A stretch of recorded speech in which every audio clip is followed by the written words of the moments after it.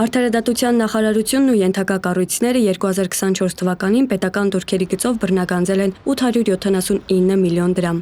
Ստացել 6 միլիարդ 661 միլիոն դրամի այլ եկամուտներ։ Հաշվետու տարվա զեկույցը ներկայացնող ֆինանսների նախարար Վահե Հովհաննիսյանն անդրադարձավ ազգային ժողովի, կառավարության, նախագահի աշխատակազմի եւ այլ պետական մարմինների ծրագրերի կատարողական ցուցանիշներին։ Այս տարի գերատեսչությունը նախաձեռնել էր նորամուծություն, հաշվետվության մեջ ներառելով նաեւ պետական գնումների, այդ թվում մեկ անձից գնումների, ընթացակարգերի եւ ծավալների վերաբերյալ մանրամասն տվյալներ։ Վարչապետի աշխատակազմին 2024 թվականին հատկացված ընդհանուր գումարը կազմել է 21 միլիարդ 600 միլիոն դրամ։ Վարչապետի աշխատակազմը իրականացնում է 11 ծրագիր եւ նախնական պլանով հաստատվել է 51 միջոցառում, այնուհետև իրականացվել է 63 միջոցառում, ծրագրի կատարողականը եղել է 93.1%։ Տարվա ընթացքում աշխատակազմը իրականացրել է 252 միլիոն դրամի վերաբաշխումներ, որից 30 միլիոն դրամը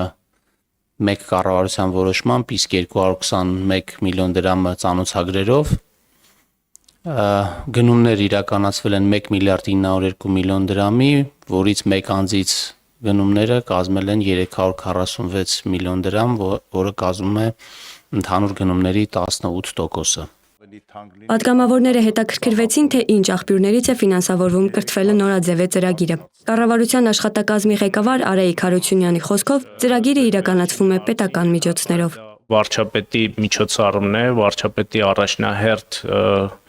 այսպես ծրագրերից մեկն է, իրականացվում է աշխատակազմի միջոցներով։ 2024 թվականին նախագահի աշխատակազմին հատկացվել է 1 միլիարդ 771 միլիոն դրամ։ Ճշգրտված պլանը մնացել է անփոփոխ 1 միլիարդ 771 միլիոն դրամ, որից փաստացի ծախսվել է 1 միլիարդ 609 միլիոն 400 հազար դրամ։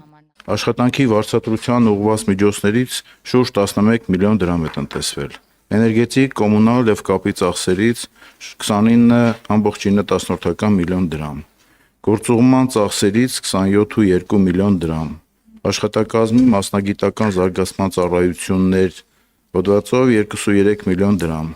մեքենաների եւ սարքավորումների ընթացիկ նորոգում եւ պահպանման համար նախատեսված միջոցներից տնտեսվել է 22 միլիոն դրամը։ Հայաստան խմբակցության քարտուղար Արծվիկ Մինասյանը հիշեցրել է Սահմանադրության 123-րդ հոդվածի 3-րդ մասը, ըստ որի հանրապետության նախագահն իր լիազորությունները իրականացնելիս պետք է լինի անաչառ եւ առաջնորդվի բացառապես պետական շահերով։ Մինասյանը պնդեց, որ նախագահը որակապես չի կատարում իր պարտականությունները եւ խնդրեց նախագահի աշխատակազմի ներկայացուցչին նշել Հայաստանի շահին ծառայող 2 գործողություն, որոնց իրականացման համար օգտագործվել է բյուջեով հատկացված գումարը։ Ձեր մասնավոր գնահատականները կարող են լինել եւ մենք դրանք կարող ենք հարգել, բայց մեր գնահատականն է, որ հանրապետության նախագահը լիարժեք իրականացնում է իր սահմանադրային իրավական լիազորություններից բխող բոլոր գործառնությունները։ Եվ մենք ամեն ջանք կիրառում ենք, որպեսզի այդ ամենը ապահովենք։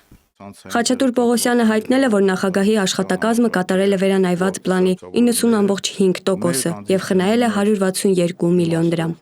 Մոնիկա Հայրոյան, Reopen Media։